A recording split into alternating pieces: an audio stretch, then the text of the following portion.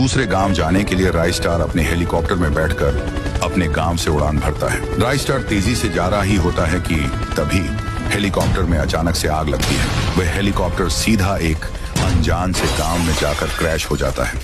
राइस्टार तो बच गया, पर उसका हेलीकॉप्टर तहस नहस हो गया था। राइस्टार ये गांव में पहली बार आया था। तभी 7 बज जाती है। धीरे धीरे अंधेरा हो रहा था। चौंकाने वाली बात यह थी कि चारों तरफ काऊ काऊ की आवाज आ रही थी। यह आवाज सुनकर लोगों के बीच अफरा तफरी मच जाती है। लोग अपने अपने घर के अंदर जा रहे थे। चेहरे पर अलग ही चिंता थी और उनके बदन थर थर कांप रहे थे। राइस्टार गांव में थोड़ा और घुस जाता है। राइस्टार को कुछ समझ में नहीं आ रहा था। तभी ऊपर से एक बड़ा कौवा उड़ते उड़ते राइस्टार की ओर बढ़ रहा था।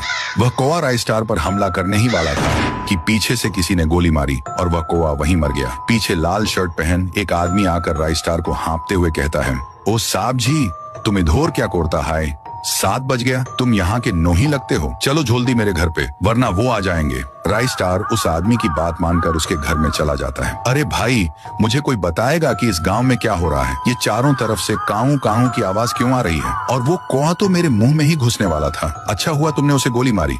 अरे साहब जी, मैं तुम्हें क्या बताऊं, और 7 बोझे इस गांव में कौवों को हमला होता है, इसलिए सभी लोग अपने घोर में चले जाता है। जो भी घोर में नहीं जाता है, वो कौवा उसके डायरेक्ट मुंह में घुसकर उसे कुत्ते की मौत मार देता है। और भी कौवे पैदा हो जाता है। और तो और ये सब कौवे गांव के पीछे डरावने सूखे जंगल से आते हैं। ये बात सुनकर राइस्टार के रोंगटे खड़े हो गए। इसका पता वो लगाना चाहता था। फिर राइस्टार अगले दिन उसी सूखे जंगल में आ पहुंचता है। वो अच्छे से जंगल को देख ही रहा था कि 7 बज जाते हैं और वहीं काऊ काऊ की आवाजें आ रही थी। फिर भी राइस्टार और अंदर घुसता गया। उसको वहां पर एक पुराना कुआं दिखा।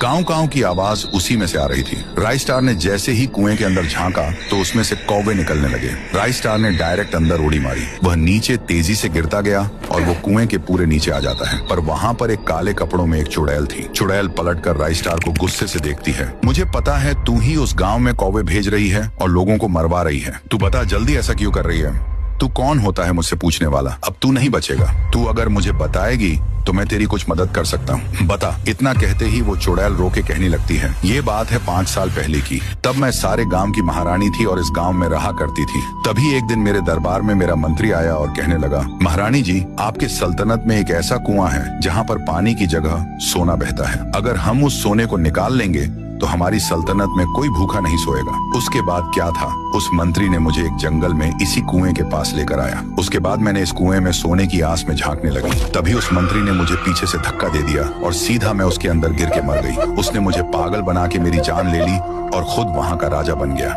इसलिए मैं गांव में ऐसा हमला करवाती है।